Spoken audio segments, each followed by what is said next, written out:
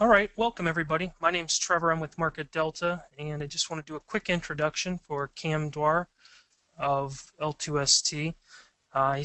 This is part two of a three-part educational series that we're sponsoring, and today's will be on using MarketDelta, using the footprint chart for evidence and execution. I know we've got a good crowd expected today. I'm looking forward to hearing what Cam has to present. You should have a little questions panel that you're able to type questions in. Now, depending on how he wants to handle that, most likely the questions will be open at the end is when you'll be able to ask questions if he's okay with that. Otherwise, you may want to hold off questions until then. If you do type anything and I can respond directly to you, I'll just chat back to you.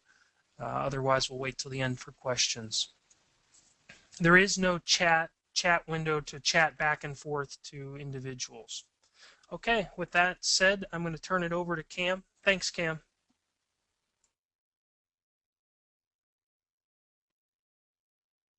Hey, thank you, Trevor, for that introduction, and also I'd like to thank you again for making this series of webinars possible. And thank you to everyone that has taken the time and effort to attend this webinar. Welcome to the second webinar in the series. If anyone, for some reason, was unable to attend the first webinar on Market Profile, the recording is now available on seeinsidethechart.com and MarketDelta's blog. So if you haven't seen that as yet, you may want to do that. Today, I will be speaking about using the MarketDelta footprint for evidence behind a trade setup and using the footprint for better execution of trades. Okay, the presentation itself will be quite short today compared to the last one, and we will spend most of our time going through some trade setups on my charts, and we'll be looking at how we could have used the footprints to help make the decision about a trade and use the information to decide when to enter the trade as well. So we'll be looking at how you can use the footprints as the webinar states for evidence and execution. So during that time, you can feel free to ask me questions. I'll be looking at my charts, so feel free to drop in some questions whilst I'm looking at some charts, and maybe I can show you a thing or two on the charts themselves to clarify the answers themselves. Okay, so without further ado, we'll move on and just look at the agenda for today.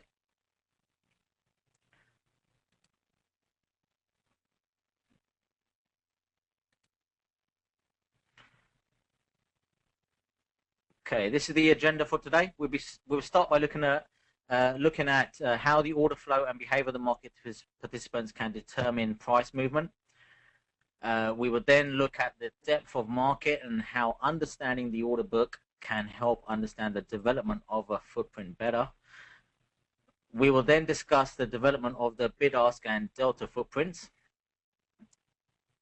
I will talk briefly about what you can use the MarketDelta footprints for in your trading, and then we will start to look at some trade setups on the MarketDelta software itself and understand how the information presented by the footprints can be used to make better trading decisions.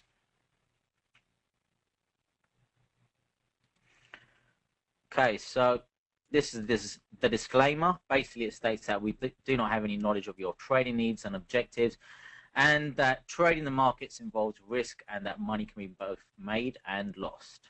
Okay, so let's move on.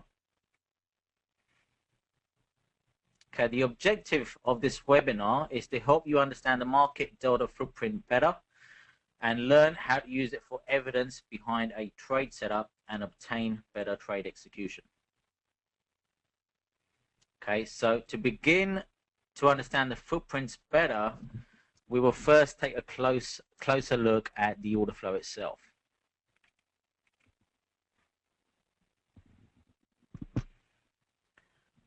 Okay, firstly, you have to be aware that trading is a zero-sum game. Okay, basically what that means is that for every buyer, there is a seller, and for every seller, there is a buyer. Therefore, saying more buyers than sellers or more sellers than buyers does not really make sense. It doesn't exist. Okay, there is an equal amount of buyers for sellers and equal amount of sellers for the buyers. Most of you guys are probably aware of that, but you'll be surprised. Okay, what does determine the price movement is not whether there are more buyers or more sellers, it's the actual behavior of the buyers and sellers. Generally what we're looking at is, are they being more aggressive, meaning that they're coming to the market's current price and accepting this, generally due to some sort of urgency to get filled. Okay, the other thing that they could be doing is they could be more patient. Okay, and they let the market come to them and be what we call more passive. Okay, what you have to understand is that the passive traders with the limit orders above or below the current market price can actually lead to a directional move being cut off or pause that move for a moment. However, what you've got to bear in mind, it is that the aggressive orders that occur in some sort of sequence that actually drive the market in a particular direction. Okay, so to understand that a little bit better, what I'm going to do is just look at the depth of market. You guys are not familiar with the depth of market. It's basically what you see on the price ladder in a trading platform. So we'll just have a look at that to help you understand a little bit better the activity of the buyers and sellers and how order flow actually enters the market.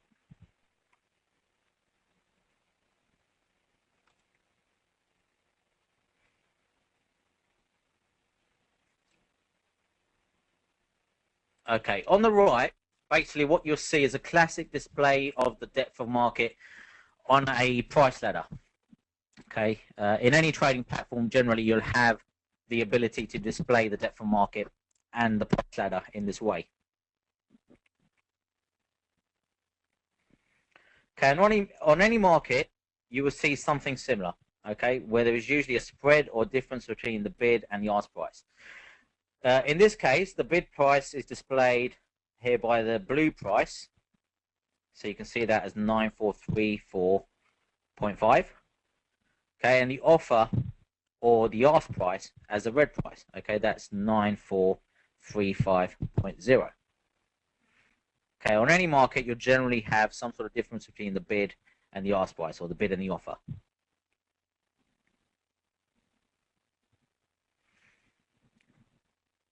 Okay, what you will see on the price ladder in this view is also the depth of market, which is basically the quantity of resting limit orders to sell above the current market price or at the current market price, or above the current ask. You could say above the current ask or at the current ask, or you could also see the market orders or the limit orders at the current bid or below the current bid, okay, ready to buy the market. So they're basically resting limit orders above or at the current offer, or at the current bid or below the current bid. Okay, the way I like to look at these orders is as the current pre-trade supply or pre-trade demand.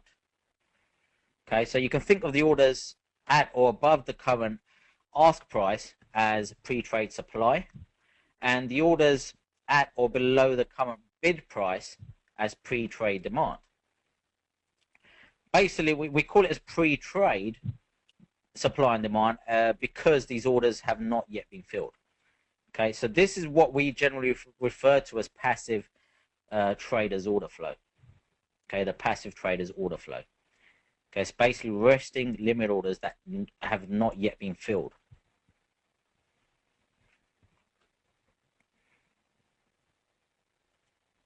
Okay, so the limit orders will either sit at the current bid or the offer price, okay, or above or below that price. Okay, that's basically the passive traders. The more aggressive traders have a slightly different behavior. Okay, basically they will look to lift the current offer or hit the current bid. This is generally what I like to refer to as post-trade supply and demand. Okay, it is orders that have actually been filled. Okay, they're not just resting orders. They're actually being filled. Okay, at the current bid or at the current offer. Okay, and this is really the information that we use to build the MarketDelta footprints. Okay, so let's take a look at this in a little bit more detail.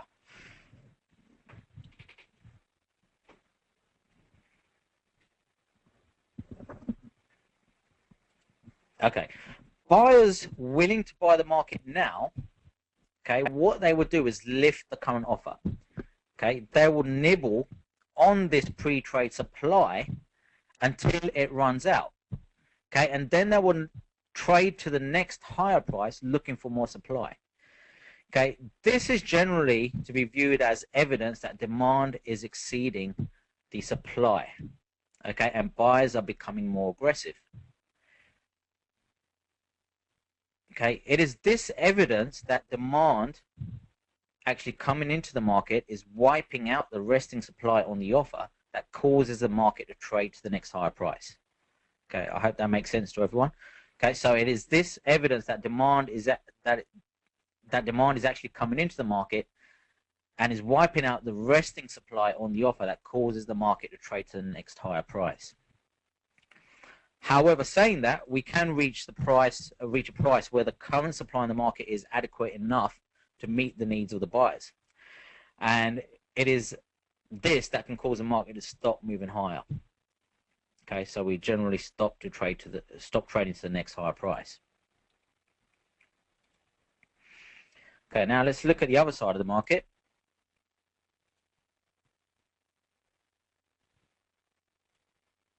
Okay, sellers willing to sell the market now.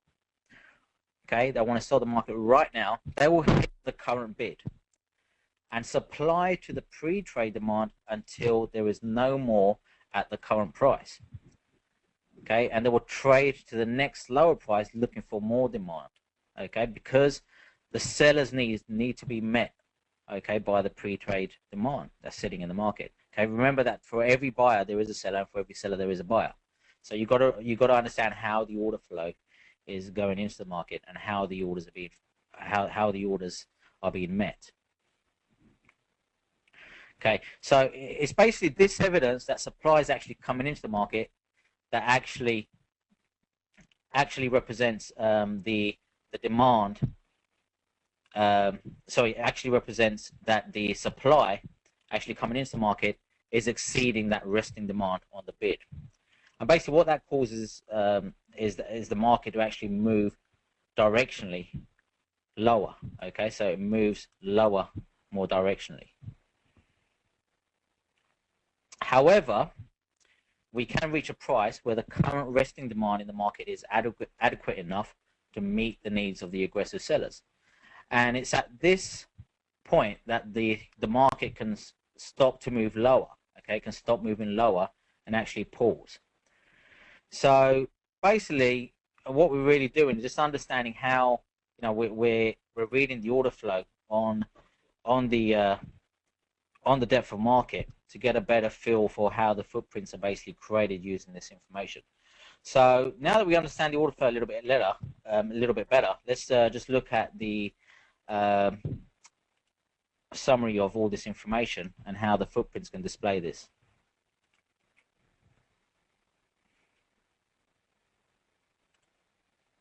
Okay, just to clarify, what actually moves the market is aggressive order flow. Okay, not the passive traders. Okay, so it's the actual aggressive order flow. Okay, so basically we can summarize this as the evidence of supply is when the sellers are aggressively hitting the buyer's bid at sequentially lower prices. Okay, this can be displayed on the MarketDelta footprints as more volume at the bid, driving down through a sequence of lower prices. Okay, this can be displayed on the MarketDelta footprints as more volume at the bid, driving down through a sequence of lower prices. Okay, the evidence of demand is when the buyers are aggressively lifting the seller's offer at sequentially higher prices. Okay, the key word is sequentially higher prices. Okay, the evidence for demand is when the buyers are aggressively lifting the seller's offer at sequentially higher prices. This can be displayed on the MarketDelta footprints as more volume at the offer, okay, and therefore driving up the price through a sequence of higher prices. Okay, so now that we understand this, we can basically start to look at reading this information on the MarketDelta footprints. Okay, what the MarketDelta software does, it records the actual orders and the volume per trade filled on the bid and the offer. Okay, and it displays this information in various ways. What we basically look at is the bid and ask footprints and the Delta footprints. That's basically what I generally use in my trading. I use the bid and ask view and I use the Delta view. Okay, so just have a quick look at how we break this information down, and we read this off the footprints themselves, and then we'd start looking at some trade setups and have a look at my chart setups, and you know we'll look through some trade setups and that I may potentially take during the day, and we'll look at the sort of information we should be looking for on the footprints themselves. So just to summarize again, the evidence of supplies when the sellers are aggressively hitting the buyer's bid at sequentially lower prices, and evidence of demand is when the buyers are aggressively lifting the seller's offer at sequentially higher prices. Okay, this is an example of what a bid-ask footprint may look like. Okay, basically what we have is both a bid and an ask column. Some people like to call it offer. Okay, I like to call it bid and offer, but you know, just for ease of reference, we'll just call it bid and ask. Okay, so we have both the bid and ask column here. Okay, and what we have within each footprint is basically a column on the bid and the ask for each price. Okay, and what is displayed within the column itself is the actual contracts traded at that price on either the bid or the offer. So most of you guys I know are probably aware of this. It's real sort of simple stuff, basic stuff, but just want to really break this down for anyone that's not familiar with the MarketDelta software and the bid-ask footprints and the Delta footprints, just to sort of break it down just to its simplest form, really. So really, we've got two columns. We've got the bid on the left and we've got the ask on the right. Okay, the amount of contracts traded on the bid and the amount of contracts traded on the offer are displayed here. Okay, you know, we know that this isn't a real footprint. This is just a sort of textbook example, really, for the purpose of this presentation. But you know, we can see we traded from 997 here all the way up to 1003, and what you see is that when we have more volume on the offer or the ask, okay, the footprint actually colors this in green. Okay, and when we have more volume on the bid, as we have in the lowest price here, 997, we actually color this in red. You know, you generally see on a footprint, when you look at it in this view, we'll have 0 on the bid on a high, and we'll have 0 on the offer at a low. I mean, you just got to think about that logically. The reason why that is because on a high, the market generally doesn't go bid. It just goes offer. Okay? And on a low, the market generally doesn't go offer. It only goes bid. So that's why you generally see offer, an offer showing 0 and on a low, and the bid showing 0 on a high. Okay, so basically what we can see here is that we had more volume on the offer or the ask price than we did on the bid. Okay, so therefore what we can see here is evidence of demand exceeding supply. Okay, or what we've just discussed, the buyers aggressively lifting the offers. Okay, so this is really what we want to be looking for if we're looking at maybe a long setup. So we've got an opportunity to buy the market. What do we need to see in the market? We really want to see something like this, okay, where we can see evidence that the buyers are lifting the offer more aggressively, okay, than the sellers hitting the bid. Okay, and this is what's going to drive the market higher. Okay, so if we're seeing this, we've got a long setup, and we're seeing this sort of information on the footprint, you know, it's a good reason for us to get into a trade. Okay, so this is what I'm talking about when we're looking at the footprint for evidence behind a trade setup. Okay, so let's look at the other side of the table. So now let's have a look at when supply is exceeding demand. Okay, so an example of supply exceeding demand is when sellers are aggressively hitting the bid. So if you think about that, we generally really want to be seeing more volume on the bid this time around than the volume on the offer. Okay, so we've got the same prices here, 1003 down to 997. Okay, but in this case, what we see is we've got 0 on the bid, okay, at the high, and 0 on the offer at the low. Okay, and as the quick low prices all the way from 1002 all the way to 997, we see that we have more volume on the bid. Okay, and in this case, the footprint is actually colored in red on the bid. Okay, this is how I basically look at my footprints. I color in the bid red if we have more volume on the bid, and I color in the offer green if we have more volume on the offer. So, well, I don't actually do it myself. The software does it for me. Okay, but really what I'm looking for is more red when we're seeing more aggressive sellers, and I'm looking for more green when we're seeing aggressive buyers.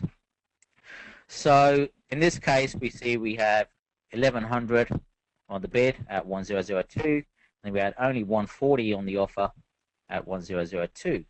Okay, and then we go to the next lower price, and we have 2,500 traded on the bid, and we only have 60 on the offer. Okay, again, this ain't a real example, but it just gives you a feel for the sort of thing you're looking for in reality on the footprints themselves. But we're going to look at some examples to break this down a little bit further. Okay, another way you can look at this information is to look at it in the delta footprint view. And basically, if you're not familiar with the delta is basically the net difference between the bid and the ask, or the bid and offer volume.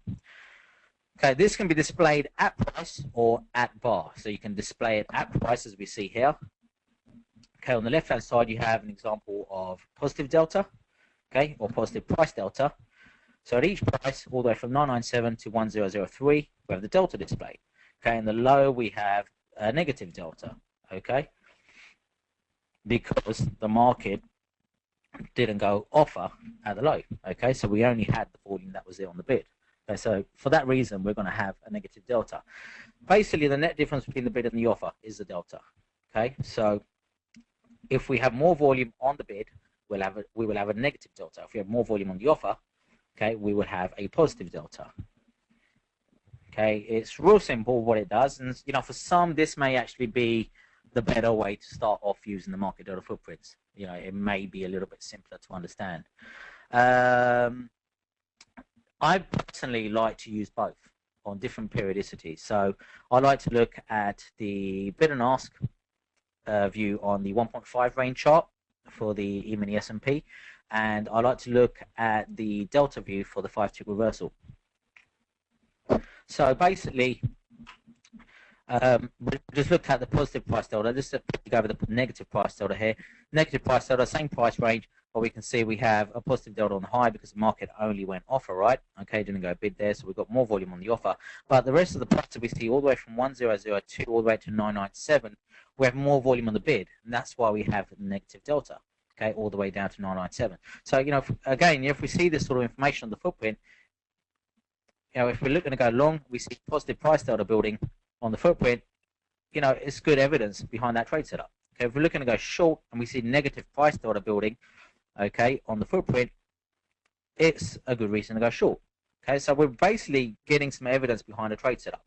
So, you know, before the use of market delta and the footprints, we really had to sort of go off the evidence of bar charts or candlestick charts, and that's what I used to do. I used to look at candlestick charts and bar charts. The only real difference was I used the order flow. I looked at reading tape, okay, to read the actual orders coming into the market, okay, and I also looked at the price ladder itself, and looking at that to see the orders that are sitting there as resting orders above and below the current market, and also watching, see how those orders were being worked, okay, in real time off the trading platform.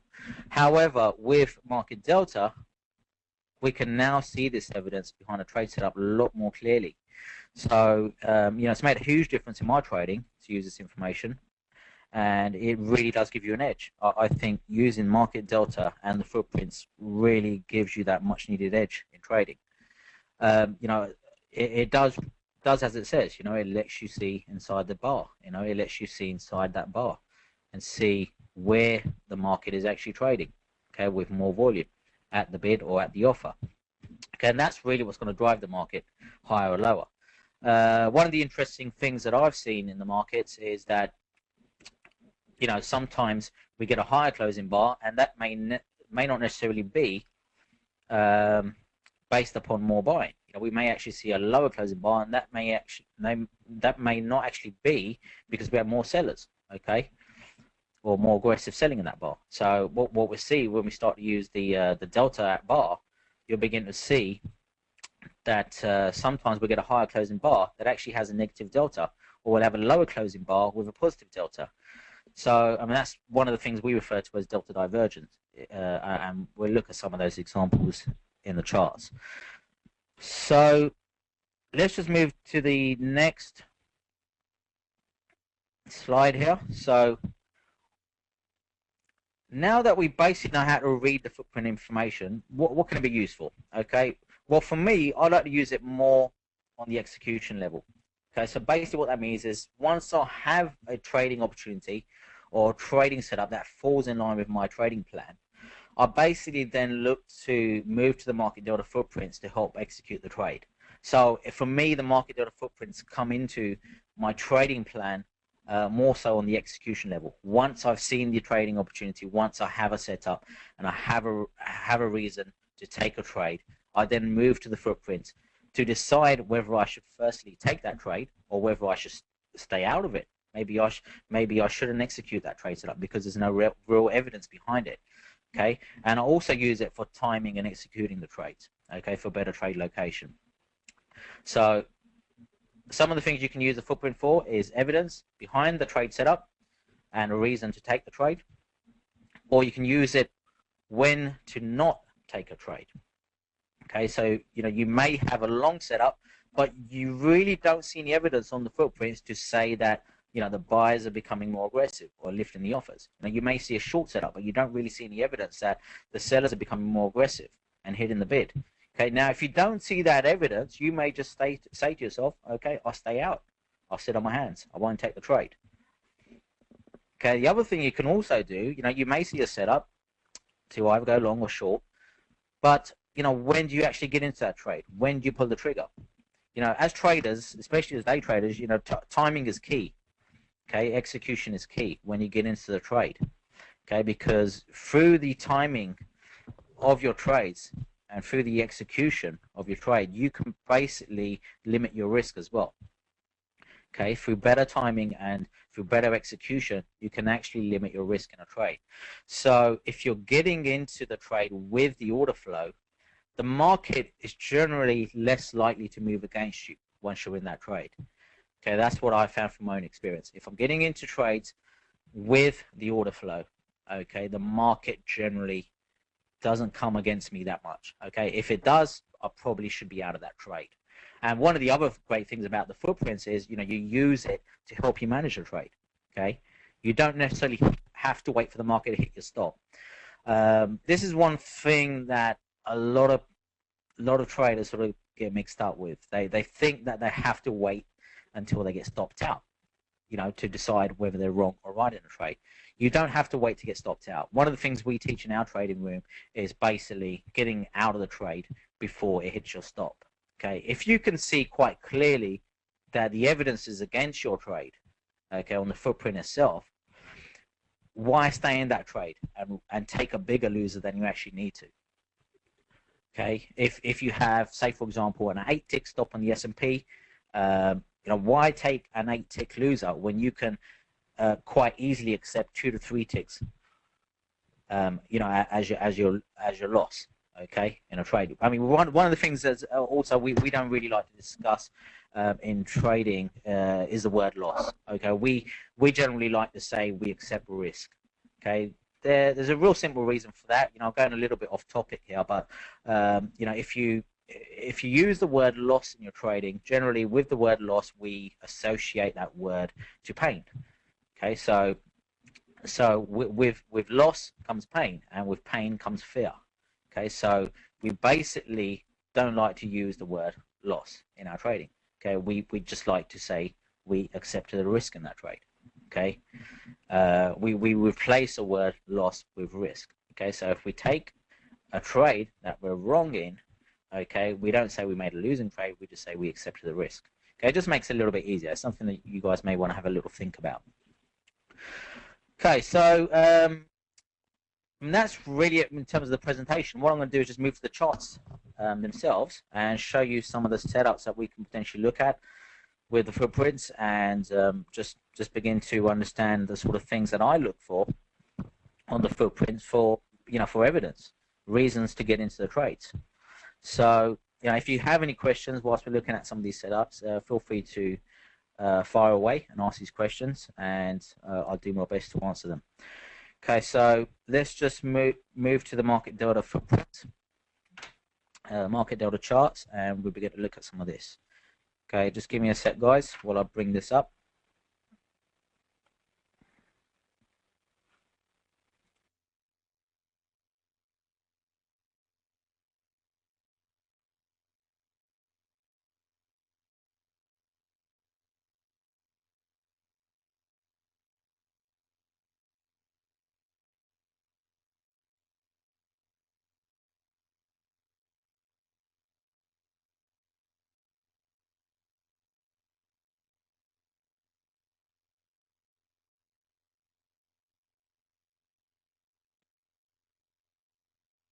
Okay, guys, I say today's webinar is probably not going to be as long as the last one. So, really, we're just going to be looking at some potential trade setups that, we may have had in the market, and we can also look at the market still open right now. So we've still got about half an hour to the cash close. So this is the E-mini S&P. One of the things I like to do is look at the market profile for understanding the structure and understanding where price is in reference to value.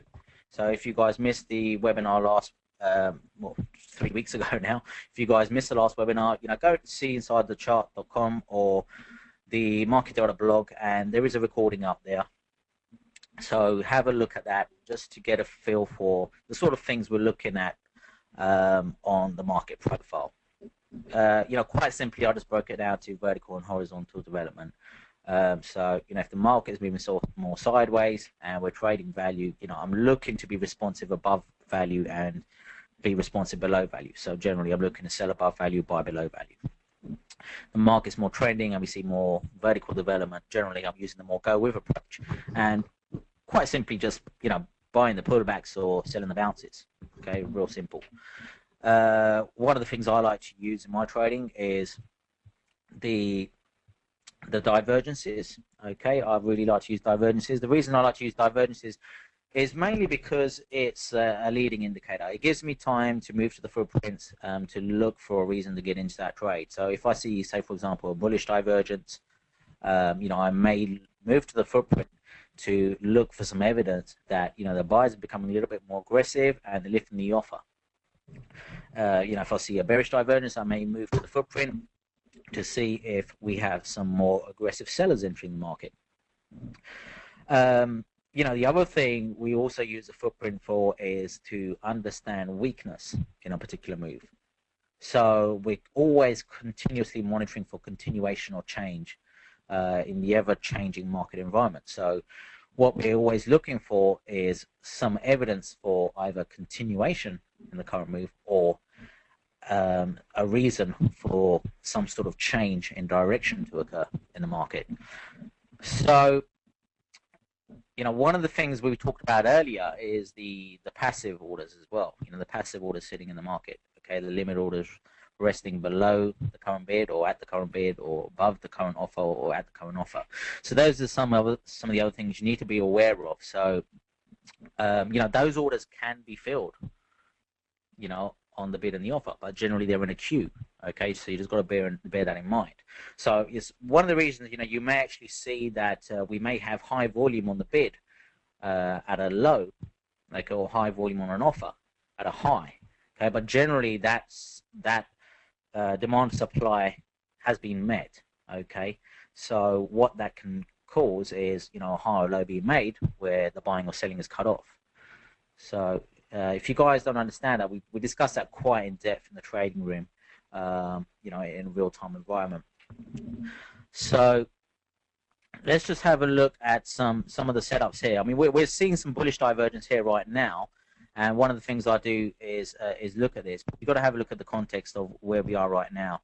And if I just zoom this in a little bit, this is basically a 10,000 volume candles chart. Okay, so each bar represents 10,000 contracts traded. Okay, and I have a VWAP indicator on here, also with the value area high, low, control of the previous day is displayed by the TPO indicator. And one of the things I like to do is basically look at where the market is in reference to the developing value area. I monitor the developing value area on this chart using the VWAP indicator, using the first standard deviation high, first standard deviation low, and I look at the actual VWAP indicator itself, the red line, as basically like the developing point control.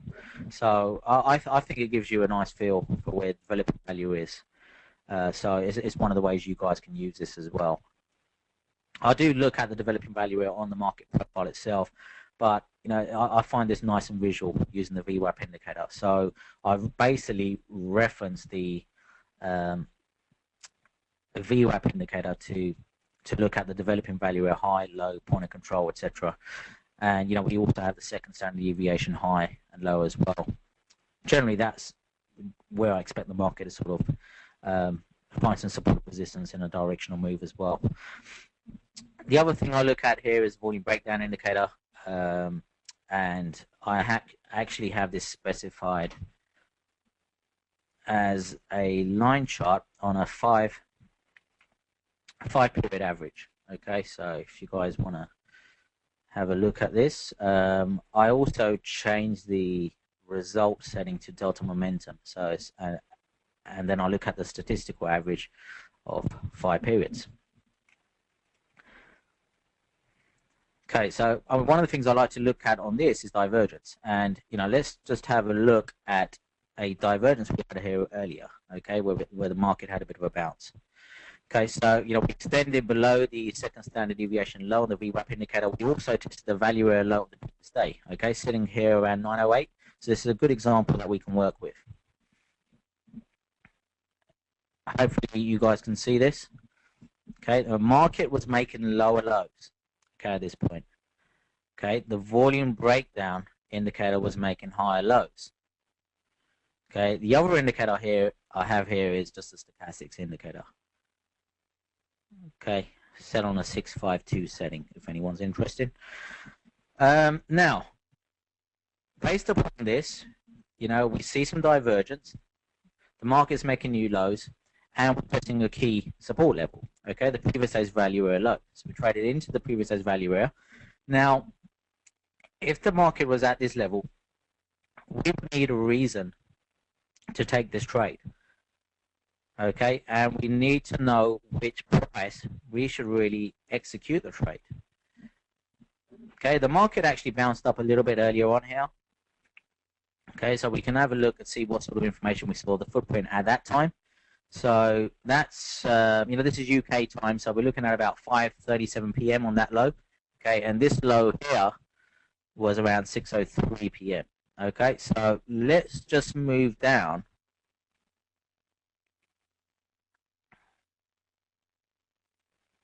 to the footprint and see how we could have potentially executed off that trade. Okay, so the time there around, let's say, 6:09, let's say 6:10 p.m. Okay. Now I've got the classic footprints here.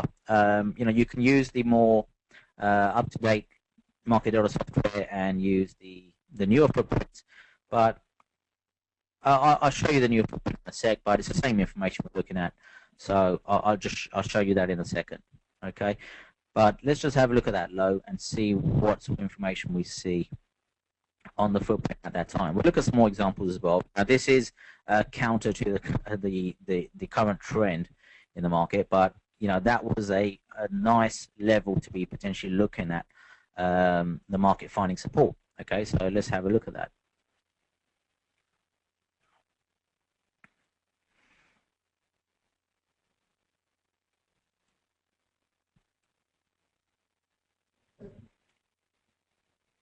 Okay. Actually, what I would do is, because we have the cursor tracking on the newer footprint, it may be easier for us to work on that. So I look at the bid and offer view here, or bid ask view, and we'll just look at the 1.5 range footprint here, and we'll scroll back to that time.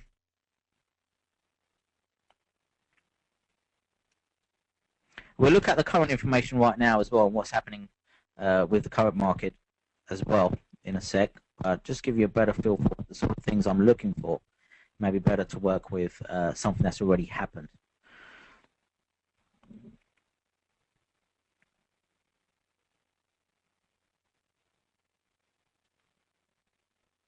Okay, so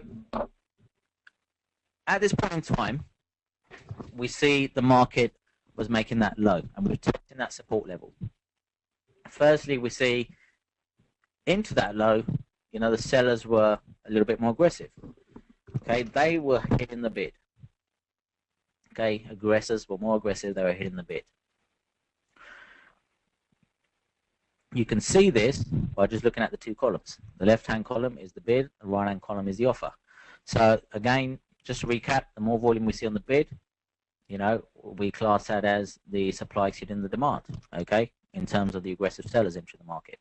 And the more volume we have in the offer, okay, we class that as the aggressive buyers entering the market and lifting the offer. Okay, so that's the evidence of demand exceeding supply.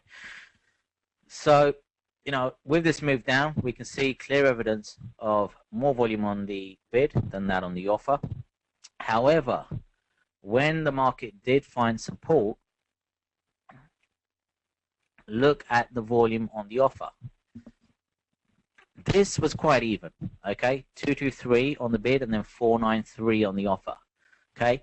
Me personally, I probably wouldn't have gone long there, okay? But as soon as I start to see this, where we're getting 2105 lifting the offer, well, only 556 hitting the bid, that's significant, okay? There's a significant difference between the volume on the bid and that on the offer. Now, the delta view will show you that same information by giving you a higher positive delta number. Okay, so that will be 2105 take away 556. Okay, but I like to look at the bid and offer view, or the bid ask view, because I can have a look at both the bid and the offer and make an informed decision based upon the difference between the bid and the offer. Okay, I really like to monitor for evidence in the fact that we really sort of exceeded the volume on the offer than that on the bid. Okay, so this was good. This is a really good example. Okay, so 907 halves, we get 2105 on the offer, well, only 556 on the bid. Okay, and then the next higher price. Okay, so remember, we're looking for buyers lifting the offer at sequentially higher prices. Okay, so in this case, we went to the next higher price, okay, because these buyers here, okay, 2105 on the offer, okay, that demand exceeded the pre-trade supply, okay, the passive limit orders sitting there on the offer. So them buyers that lift the offer, okay, they exceeded those orders sitting there on the offer as pre-trade supply. Okay, so because the supply ran out there, they then moved to the next higher price, and they then start to nibble up the supply at 907.75. Okay, and in this case, the market did go bid there as well, remember? Okay, but when we went bid there, okay, only 329 sellers hit the bid. Okay, so there's a significant difference again with the volume on the offer. 2169 on the offer. Okay, guys, any questions there? Everyone, it's all making sense? Okay, so now we move to the next higher price. Again, a significant difference, okay, between the volume on the offer and that on the bid, 1108. And you'll see me doing this in the trading room quite often, where we look at the actual volume on the bid and the actual volume on the offer. And I really want to see a significant difference. Usually on the S&P, what I'm looking for is anything above sort of 1,000 contracts or so on the offer, okay, and really want to see less than 500 contracts or so on the bid. Okay, so really I want to see double the amount of volume on the offer than that on the bid to show me evidence that the buyers are becoming aggressive.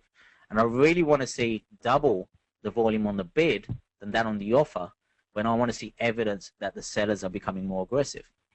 So this is the sort of things I'm looking for. Okay, I'm actually looking at the difference between the volume on the bid and the offer. Okay, with the delta view, you don't really do that. The software does it for you. But the higher the delta, okay, the more significant that price, okay, or the actual order flow at that price. So now I just want to show you an example where maybe it wouldn't have been as good a decision of taking the long trade. Let's look at when we found support a little bit earlier on when it failed. Okay, so let's have a look at that.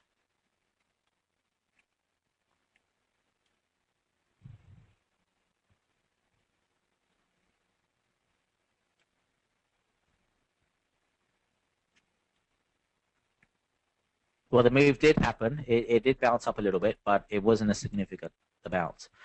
Okay, this is actually a really good example again, okay, because what we see here, okay, is first of all, when the market made a low, we can see there was a significant amount of selling in this bar, okay, where the sellers were hitting the bid, but the volume on the bid and the offer was quite even. Okay, so this is where you want to basically take it to the next level. Okay, you step it up with what you're doing on the bid and the offer. You look at the difference between the bid and the offer. Now, if I'm seeing 5761 on the bid and 5235 on the offer at 908.75, although the software has colored this red based on the fact that there is more volume on the bid, but if you really think about it logically, that's pretty much even. 5761 by 5235 on the offer, that's pretty even. Even here, 3614 on the bid and 2880 on the offer is pretty even. Here we get more volume on the offer, 7165. I mean, that's actually gave us a bit of a pop up here in this move, but still significant volume on the bid, 4067. Okay, do you see what I mean? See the difference here? Okay, yes, on the next price, we see only 25 on the bid, okay, and 2089 on the offer. And, if you was watching that, generally I want to see this, evidence of this, and at least two sequentially higher prices. But, in this case, we've got it here. I mean, that could be a reason to take the long if you're more aggressive. Okay, so you've got to decide whether you're more aggressive, or more conservative. Okay, so just giving you some ideas, sort of things you can do. I mean, here the sellers started coming to the market again around 9:10. We see 3898 on the bid. Well, again, there's more volume on the bid, but 2985 on the offer. It's still a significant amount of volume on the offer. You see the difference here is quite even. Okay, again, 1922 on the bid, while 1568 on the offer. Okay, yes, we've got more volume on the bid, but the volume on the offer is still quite significant. So the difference isn't that great. Okay, so hopefully you can see a little bit more clearly the sort of things I'm looking at here. I'm looking at really analyzing the volume on the bid and the offer and comparing the two. I'm not really just looking at whether it's red or green. Okay, you've got to step that up to the next level. Okay, the delta, as I say, will give you the same sort of information, so we'll look at that as well. But let's have a look at this market when it did start to push up a little bit here off this move. Let's have a look at how this move firstly was cut off. Okay, 1298 on the bid. Now 1298 on the bid is significant volume on the bid, right? Okay, but that's the low of the day. Okay, you've got to put this all into context. So now if you see new lows for the day and you're seeing a lot of volume on that low price, okay, on the bid, it doesn't necessarily mean that we're getting more sellers in the sellers coming into the market. Remember, we want to see aggressive sellers at sequentially lower prices. We've got to see follow through. Okay, so if we see that 1298 on the bid, we really want to see follow through on the next price. We want to see that in some sort of sequence. Actually, that's why I say sellers hitting the bid at sequentially lower prices, or buyers lifting the offer at sequentially higher prices. Okay, so sellers hitting the bid at sequentially lower prices, or buyers lifting the offer at sequentially higher prices. So the sequence is important. Okay, looking for the follow through. Okay, so obviously, you can be more aggressive. You can start to look at weakness or lack of follow through, okay, for a reason to be getting long this market. Okay. The other thing I like to do is look at the bar to bar delta. Okay, so we didn't really discuss that so much earlier on. So let's have a look at that. I said I was going to come back to this. So, we see the bid and offer price, okay, within each footprint, and we can see the amount of volume on the bid and offer. Okay, so that's the at bar bid and offer, okay, view, or you can have a look at the delta view where you see the net difference between the bid and the offer. Okay, but there's also a delta per bar. Okay, rather than delta at price, you also have a delta at bar. Okay, and at the bottom here, you can see this. Okay, we have a delta for each bar. This is building in real time. So not only do we have the delta per bar, we also have the delta change column, and this is important to me. Okay, what I'm looking at really is a significant shift in the delta change bar. Okay, so we can see in this move to the downside, we had 2014, okay, negative delta, okay, and the change from the previous bar was minus 5154. Okay, meaning that if you look at the previous bar, there was 3140 delta. Okay, so basically there was more buying on the offer than the selling on the bid. Okay, and the difference between the buying on the offer and the selling on the bid, okay, the difference, the number of contracts traded was 3140. Okay, so we get a positive delta. Now, the next bar, the negative delta of minus 2014. Right? Now, the difference between 3140 and minus 2014, okay, is negative 5154. Okay, so the market went from a positive delta 3140 to a negative 2014. So now the drop there, okay, in the number of contracts is actually minus 5154. Okay, so that was a delta change. Now, what I really wanted to highlight here was as we became negative on the delta, this next bar 1823, we can see although we had a negative delta of minus 1115, okay, the delta change became positive. Okay, so the delta, the negative delta, okay, was less than that of the previous bar. Okay, so we actually bought more, okay, on the offer than the previous bar. Okay, so we can see the delta change here is 899 positive. Okay, because this bar's negative delta is less than that of the previous bar. Okay, and the difference between this and the previous bar is positive 899. Hopefully that makes sense. Okay, so now when you see this is what I call a delta divergence. Okay, I call this a delta divergence. Some people look at delta divergence in terms of, also the bar making a lower low or closing lower, while that bar actually had more buyers lifting the offer. So that's another way of looking at delta divergence. But this is also another thing you can look at. So, when I'm looking for weakness in a particular move, this is something that I look at, the delta change column.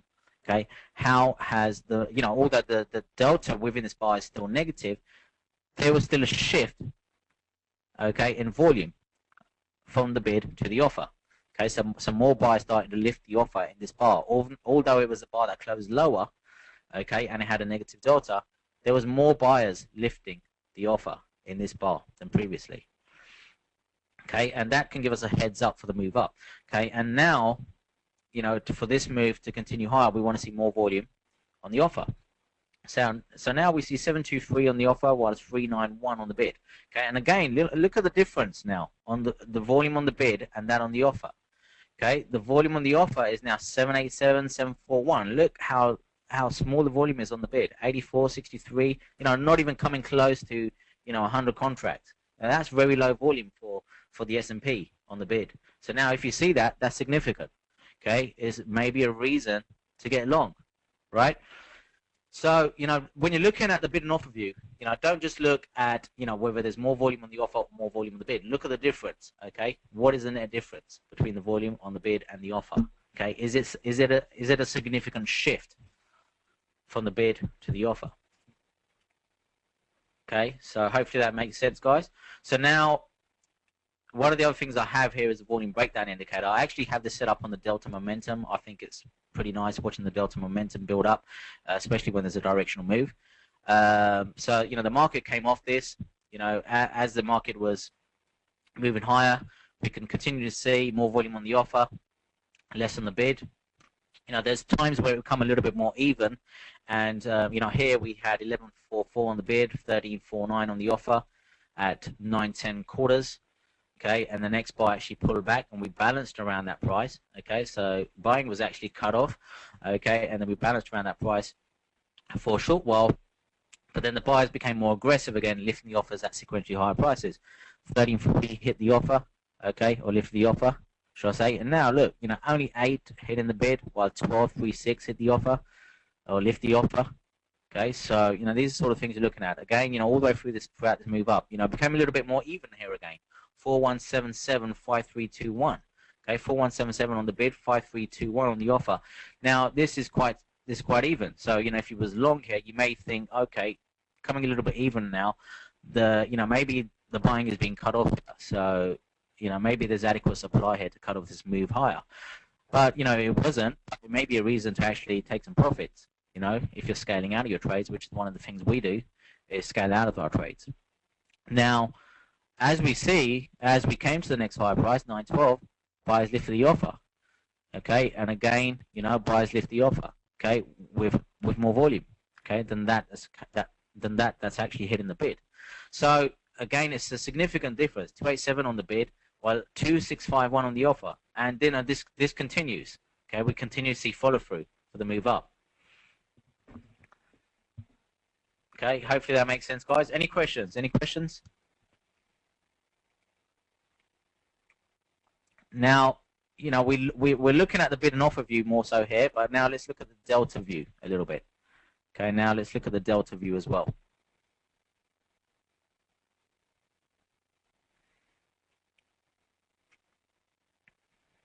I'll stick with the classic footprint here for the delta view. Okay, if that's okay with you guys. And I mean, let's just have a look what's happening right now. We're coming into the cash market close, so probably not the best time, but let's have a look where we are right now in the market. And we've had a significant move down off the value area high of yesterday. Okay, this is the value area high of 1913.75. Okay, 1913.75. We can see, you know, at this point we actually had a divergence. Okay, one of the things I would really like to look for.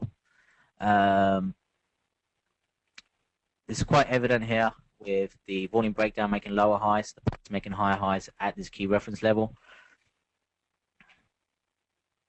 And, you know, if you look at the stochastics as well, same sort of thing. Okay, so, you know, this may be a reason for me to, you know, maybe look to get short here. Okay, so now let's look at the delta footprint here at this high at it's about 7:58 p.m. Remember, UK time we're looking at here, so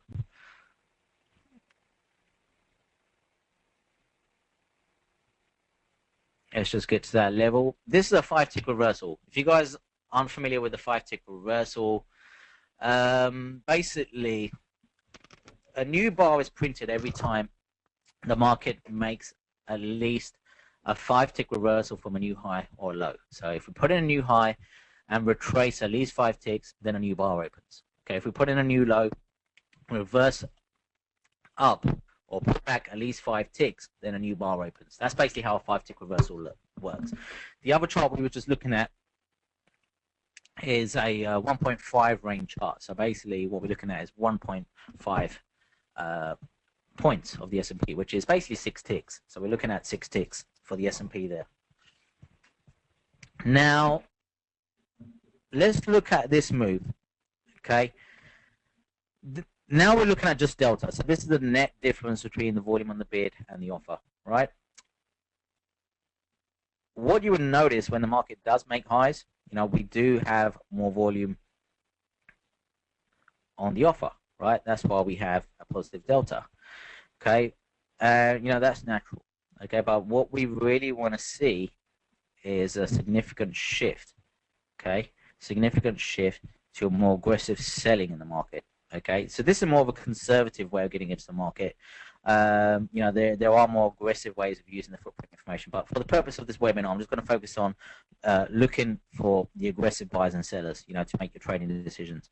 So, you know, first of all, you know, 1954. Let's have a look where we were here. 1958. Okay, so yeah, it's around this price. Okay, so yeah, we you know, we see here positive 1191. Okay, at around 913.75, and we have negative delta here around 913.5.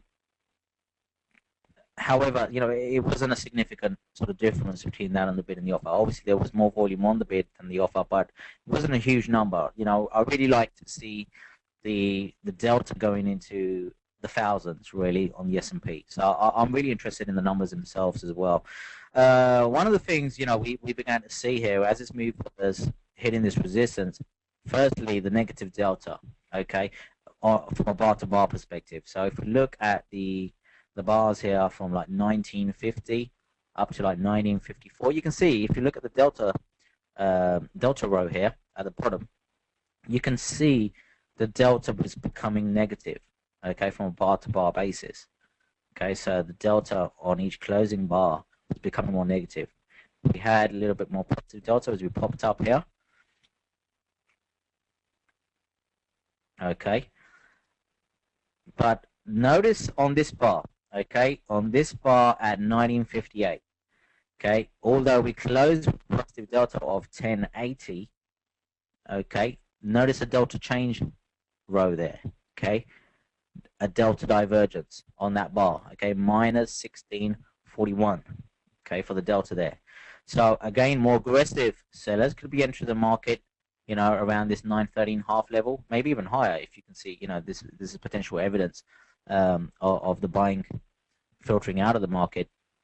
If you're looking at these highs around 913.75, 914, you can see the volume was filtering out above this 913.75. You know, it was less than we had at 913.75. We had 981 and 64, so it's filtering out. Okay. The other thing is, you know, we then hit 913.5, and we had a negative delta. So evidence that sellers began to hit the bid there.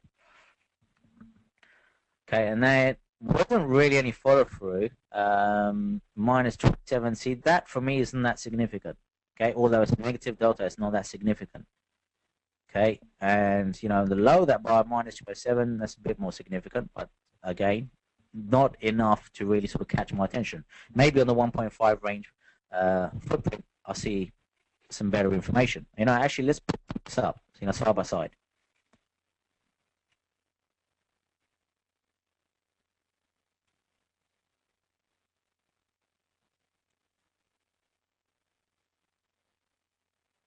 Okay, let me just scroll back here to this point in time where this market started to trade off lower. Now, I just want to show. I want to show you this because we can then begin to see the difference between what the bid and offer view is showing us, or the bid ask view, and that what we see on the delta view as well. Okay, so now this was around about the same time. I'll take it. Let's just make sure we're at the right time here. Okay, yeah. Okay, so this is a 1.5 range bar. Okay, so here, you know, this is one thing we can see at 912. We can see that the actual volume on the bid was significantly more than that on the offer. You know, 2342 hitting the bid, while only 798 on the offer. So, you know, in this case, you'll be a little bit more conservative, obviously waiting for the market to actually show evidence that the aggressive sellers are entered into the market. And, you know, you can get in with this order flow, you know, and when you're getting in with the order flow, generally the market, from my experience, I've found that it doesn't have a tendency to come back that much against you. Okay, if you're being a little bit more aggressive, you know, you generally may need to let the market breathe a little bit more. But if you're going with the momentum, with the order flow, most of the time, that momentum will drive your trade into profit. Okay, so what you're trying to do with your trades is really use this information to monitor the order flow, the real-time order flow, to get into the trades with better trade location. and therefore, limiting your risk as well. So, as traders, one of the most important things we've got to do is limit our risk. Okay, and you can do that for using tighter stops. Yes, one way, not the recommended way. For me, anyway, it's not the recommended way. I would say, focus on getting better trade location. Okay, limit your risk that way. And if you see the trade starts to go against you, exit that trade.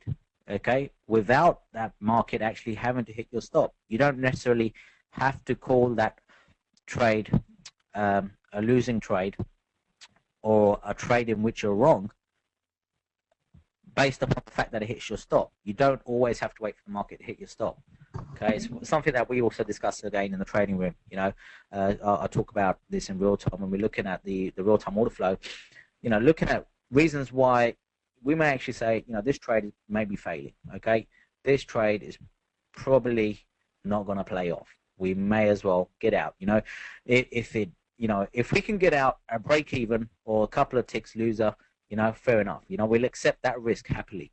Move on. If it still looks like it's going to play off, we'll just get in again. Okay, that's how it works. So, that's personally how I like to play it. If I can see evidence of the footprints, and one of the great things about the footprints is you can see inside the bar. You can see the real-time order flow. You can see exactly what's hitting the bid and what's hitting the, what's lifting the offer. Okay, how much volume is coming into the market at any particular time at each price. You can see this. You don't have to wait for a closing bar. You can see this in real time. So use that information as available to you to monitor the trade. Okay, if you've pulled the trigger and you can see, you've gone short, and all of a sudden there's aggressive buyers coming into that market, and you can see that. If you can see that before the market's hit your stop, why not get out the trade for a 2 to 3 tick loser rather than take a 10 tick loser? It makes sense, really, doesn't it? So, don't always. I personally recommend that you don't always have to wait for the market to hit your stop. I like, if I've got this information available and I can see that traders are coming in against me here, against my trade, and the order flow is in that direction, it doesn't make sense for me to be involved in that trade anymore. If it makes sense for me to cut it, get out, and if it's gonna take off again, get back in. Okay, so you can not only use this information for getting into trades, but also managing your trades. Okay, managing your trades better. So, but what I'm focusing a little bit more here is the evidence and execution. Okay, so reasons to get into the trades. Based upon what you see on the footprint. So going a little bit off topic there, but what we can see here, again, in this last footprint here, we see a negative delta in the change column itself. Okay, on the 1.5 range chart, we can see that bar actually closed with a negative delta, and we can actually see inside the bar and see that 2342 hit the bid, 798 on the offer, and we see that follow through 1742 hit the bid, only 170 on the offer, and we see that continues downside, with more volume on the bid. So if you see that, good reason to pull the trigger. Okay, now if you're looking at the 1.5 tick, the 5 tick reversal footprint on the delta view, this is basically how I like to look at this on the S&P. I like to look at the 1.5 range chart on the bid-ask view, and I like to look at the 5 tick reversal on the delta view. Now, in this footprint at 8 p.m., okay, we can see the sort of numbers I like to see coming into the market. Minus 1382, minus 1017 in the lower area of this footprint. Not only that, this buy actually closed with a negative delta. But, I wouldn't personally have waited for that bar to close. I'd be getting into this because I'll be looking at 1.5 range chart and the 5 tick reversal, seeing this building in real time. Soon as that's getting above, negative 1,000, that's all good. There's reason to get into the trade. So hopefully that's making a bit of sense. Now, to monitor this move towards the downside, let's have a look at the footprints maybe before exiting the trade. Okay, you could look at exiting the trade based upon more buyers coming into the market in terms of lifting the offer. Okay, you could look at the delta change column. Generally, I wouldn't recommend it unless you're sort of close to a sort of key support level if you're short, or key resistance level if you're long, and you're looking to take profits there. I really like to work with levels myself. So in this move towards the downside, I'd really be looking at taking profits at the point of control of the previous day. Okay, as long as my potential reward in that is enough to look after my risk. But in this case, it probably wouldn't have been. So I'd be looking at maybe taking profits at the VWAP first standard deviation low, okay, around 910. Okay, so that was developing at that time, and then use the value area low of the previous day around 908 as the next profit target. Okay, and then if I have the third position still in that trade, I look to just manage that trade. Okay, one of the things I also like to do is maybe even look at fib extensions. Okay, I'll take the low here to the high.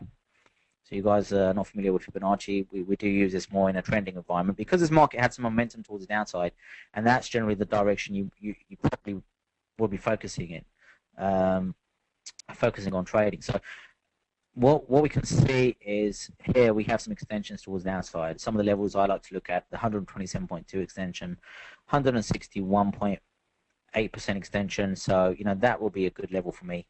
904. So just give you an idea of some of the things you can be looking at for maybe exiting in the trade and managing this trade. But if you're looking at the footprints alone, any evidence really that the supply in this market is being cut off, okay, or the passive buyers are cutting off the current supply in the market or the aggressive supply in the market, you can really get out. Okay. The other thing you can do is watch the delta from bar to bar. Okay. Now, I always like to scale out of my trades. So, say for example, I was short, first positive delta I get, take one off. Okay, take the first part of my position off. Next positive delta I see, take the second part of my position off. Okay, so that would have been around this level, 906. Okay, within this bar. Now, stay with that for the remainder of the position. I usually scale out, splitting my position up with 3 lots. Okay, especially in a trending environment. So you can see here we had started to have some more positive delta again. Maybe another reason to take some profits. Okay, so you can use the delta against your current trade position to take some profits. Okay, maybe not from a from a price to price basis, but maybe from a bar to bar basis. But do it how you like. Basically, I like to look at both. If you want to get a better feel for how we're doing this in real time, just pop into the trading room, take a trial. Just go to www.l2st.co.uk. Just fill in the information on the right hand side. You'll just have to put in your name and email address. You'll get an email straight away. Just tell you how to log into the room. So feel free to log in and have a look at how we sort of apply this in real time. The footprint information. You'll probably get a better feel. I mean, the cash market has closed now. Generally, I don't look to trade the futures after the cash close. So the market, you'll see, generally trades on less volume at this time. So we really, for us now, the market is closed. So if there's any questions, guys, feel free to ask some questions. Hopefully I've shed some light there on how to use the footprints and maybe how you could use the information to look for some evidence behind trade setups and help you get into some trades. And as I say, I like to really sort of break it down and really look at the difference between the volume on the bid and the offer, rather than just taking the basic concept itself and saying, more volume on the bid, aggressive sellers are in control, more volume on the offer, aggressive buyers are in control. Take it to the next level and really look at the actual difference between the volume on the bid and the offer. I'd say just seeing my footprint being red is not enough for me to go short, or my footprint being green is not enough for me to go long. I really need to see some sort of significant evidence that I need to be getting into this trade. So that's the sort of things I like to look at. Hopefully, it's giving you a better idea of how to maybe use the footprints. If you've got any questions, guys, feel free to ask some questions.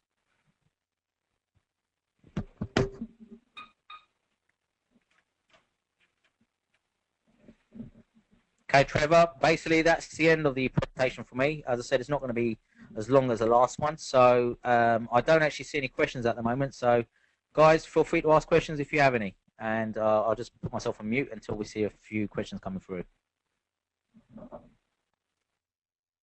Yeah, thanks, Cam. There are some questions. I'm not sure why you can't see them. I'll read a few off, but also, I mean, there's a lot of questions here, so I would probably say the best thing to do so that there's proper time in answering these and you can show these is just take a trial to Cam's room, trading room. You'll be able to ask these questions. He could show you some examples and probably take more time in explaining them.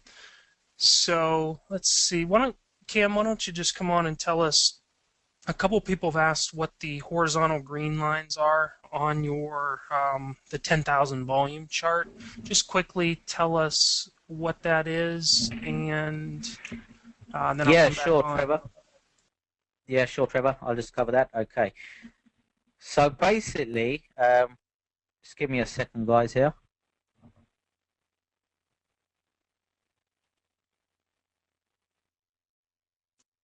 I guess while you're looks like your database is probably backing up, so I'll go ahead and ask another couple questions that have come in here.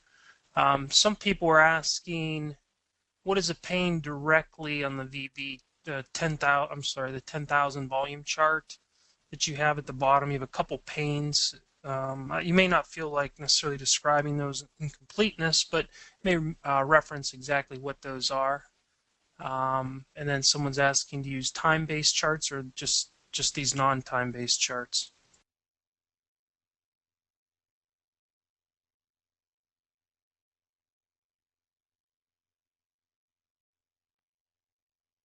But yes, my database was just backing up there, so I'll just put it on pause for a little while.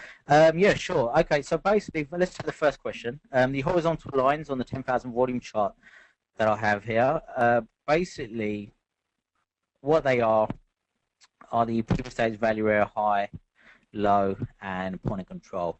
I'll just bring up the settings actually. I don't mind doing this. It's basically the TPO indicator. Okay, and these are the settings I have. Value area 70%, and basically all I'm displaying is the previous session's value area high, low, point of control. Okay, so I just changed the style there. It's dotted so that it's nice and clear for me to see. The width is made a little bit wider, so it's setting of 3.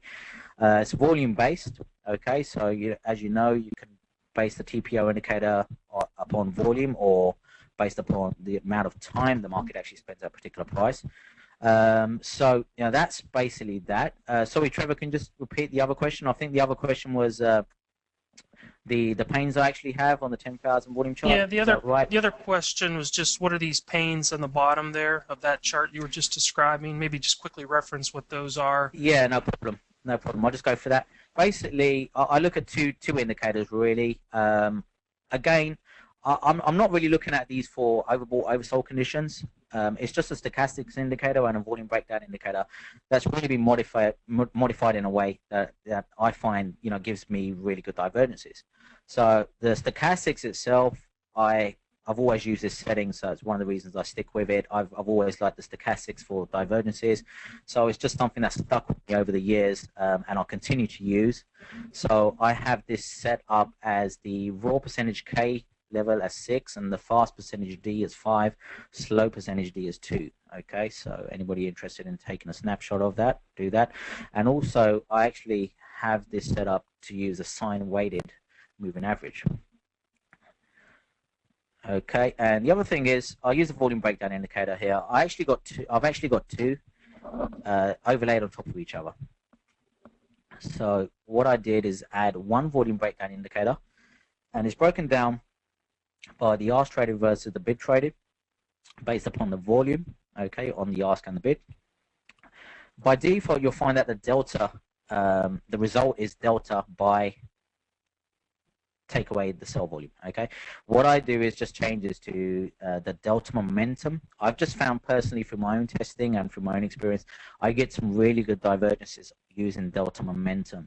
So I use that, okay, as a setting, and then I just put this on a statistical average of 5 periods. Okay, draw this as a line, 2 color, plus or minus. So basically, based upon the delta momentum indicator on this 5 period average, going above or below the 0 line, it just colors the line in green and red. It's real simple. There's nothing nothing really sort of great about it. It's quite simple settings. I just really like the divergences I get off that indicator on those settings. And then I have another indicator, which is basically the volume breakdown indicator again on the result of delta momentum, but I set that on an average of 3 periods, and I draw that as a histogram. Okay, so really it's just something that I just like to use. I like to really look at the divergences on this. As you can see, you know, when the price makes higher highs and the volume breakdown makes lower highs, we've got a significant move off that. You know, it has to be within some sort of context. If I'm looking for trades in the direction of some sort of trend, and today the market was making lower highs and lower lows, and we did start a trade the previous day's value area. We tested the value area high the previous day, so that for me will be a good level for, you know, looking for continuation move towards the downside, the value area high of the previous day as we began to trade that value area, and then just moved out to the footprint for a reason to get into that trade basically. So what I like to do is just understand the market in terms of price in reference to value. Where's price in reference to today's developing value area, in reference to the previous day's value area. You know, today we opened up above the previous day's value area, rallied higher, and then we had a significant sell-off into the previous day's value area.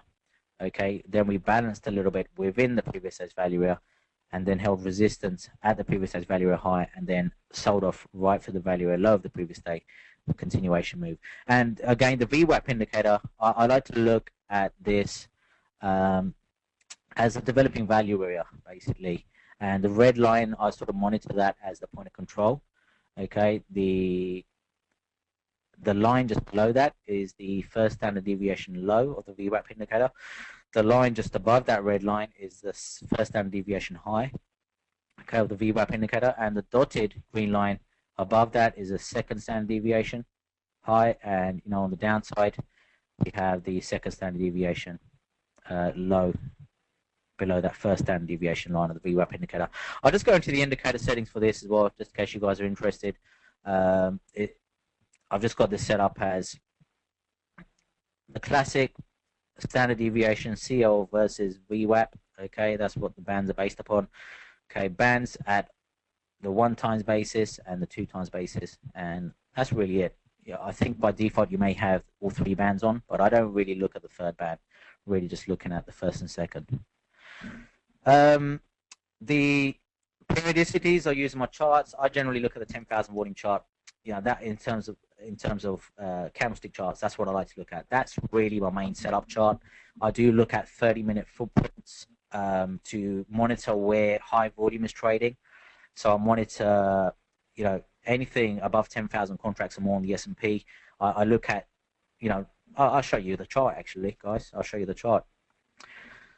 You know, again, if you want to see this in a little bit more in depth and you want to see how we're putting it all together with the market profile, the footprints, and the market delta, just pop into the trading room. You know, hopefully you'll see some of you guys in there tomorrow, or you know, next week. Just pop in. You know, there's no obligation. Just pop in, see what we're doing, and you know, maybe you'll pick up something of value. You never know. So, yeah, this is the 30-minute footprint, and one of the things I like to do on this is just on a volume at price basis. Okay, again, I have the TPO indicator with the previous day's value area high, low, point of control. I have the VWAP indicator again. So it's the same levels you'll see on my 10,000 volume chart. But in this case, what we're looking at is the actual development of volume, okay, from a larger time frame perspective. And really what I've done here is, this is just a footprint chart, okay, with the footprint type set to total volume, okay, and I set the levels manually here. So level 1 I set to 2,000, level 2 to 10,000, level 3 to 10,000. Basically what that does is every time we get 10,000 contracts or more traded at a particular price, it highlights it in a darker blue. And so really what I'm doing is monitoring high volume at price, okay, the way the market is actually facilitating trade at a particular price. Okay, and from my 30-minute perspective, you know, anything over 10,000 contracts or more on the S&P is quite significant to me. So, you know, generally more trending days will find that the trade facilitation will generally take place below the developing VWAP, first standard deviation low. Okay, for a downtrending market or above the first standard deviation high, okay, in an uptrending market. And we actually saw some evidence of that the other day. So if I just scroll back and I'll show you guys. So, I mean, this is a strong sort of update we had on Monday. So you can see here, if we monitor this, we look at where the high volume is. Okay, so remember the dark blue areas is basically where we have 10,000 contracts more traded. Okay, if we look at this, most of the time on Monday, we was trading with high volume above the first standard deviation high. You guys see this? So I mean, that for me is a real good reason to stay with this towards the upside. Okay, until we start to see some sort of shift. Okay, see that volume starts to maybe trade within the developing value area or the first standard deviations. Okay, more around the actual red line. Okay, that you see there. And generally, when we see that, we've got more of a sideways market, and we look to fade the moves, you know, above the first standard deviation high or the moves below the first standard deviation low. So, you know, we see some evidence of that earlier on today, where the market really, you know, even the move up, you can see most of the volume fell within those standard deviations, right? Okay, we had a bit of volume up here, but there was no real follow through. Okay, and you can see volume shifted back into the first standard deviations. Okay, and then we started to facilitate trade below the first standard deviation low, and that's when we had a bit of, you know, more of a significant move towards the downside. This is really more for getting a feel for what the market is doing overall for the day. You know, I don't really use this for entries and exits or anything like that. It's something that I have up and I keep an eye on in peripheral vision, basically. So it's something that, you know, may be of interest again. There's a few things we put together that we like to monitor intraday. You know, the market profile levels, obviously really important. The market profile itself, really important. So we're looking at the different day types and, you know, where we are in reference to value at all times, you know, previous day's value area and also the developing value area. Also looking at key market support and resistance levels based upon, you know, like a 30-day profile. There's a lot of things we sort of put together here to really sort of get an edge. So yeah, any more questions, guys? Trevor, any more questions there? Hopefully I've answered your questions, guys. No, that was a good example there in that 30-minute. I think that's something that a lot of people maybe didn't realize they were able to do with that manual shading and applying that to the VWAP. Probably a bunch of people have asked for various chart definitions that you've shown, basically asking for you to share the charts. I know you've got a lot of charts and you've shown a bunch of different ones. Probably for simplicity, it might be best to just visit his room and you could request them there. He could just share them that way. I don't know. I mean, yeah, that's probably the best thing to do, guys. I mean, usually I don't really share the layout itself, except for the guys that are members of the trading room. But you know, if there's specific definitions you require for, you know, a specific chart itself, then, you know, drop me an email or, you know, pop into the room and I can post it up there. That's probably the best way for me to do it. Yeah, the reason I say that too is if we post 6 or 7 chart definitions out there, I know we end up getting a lot of back and forth. Maybe it was the wrong one, it wasn't the one someone wanted. There's really no way for us to we'd rather just send them to you, the source, and you're able to describe what they're looking at and all that kind of stuff. His room is, what, your website? Is it just the L2? Yeah, just go to www.l2st.co.uk and you can sign up for the trading room trial there. Okay. There are a few other questions, but we're at an hour and a half. Let's wrap it up here. And I guess if your questions didn't get answered, you could just, I would recommend joining in and you could pose them to Cam directly. Yeah, guys, if you want to drop me an email, just drop me an email. My email address is cam, K-A-M, @l2st.co.uk. Okay, Trevor? Yeah, that's good. We'll wrap it up there. Just so everyone's aware, we are recording this. This will be posted. We'll post it up to our blog. You can be able to grab it there, along with the first series or the first seminar he did, and then Cam, why don't you post it up? I'll give it to you, and you can post it up to the See Inside the Chart if you'd like. That way it's along the other one, and everyone can get it there too. We'll send out an email reminder letting you know when these are up. So just look for that email, and it should be about a day or so. Okay, thanks everybody. Thanks Cam for a good presentation. And the third presentation, the third one of these three, is June 10th. So hopefully you've already registered. If not, we'll make sure to include that link when we send out the recording email. Thanks everybody.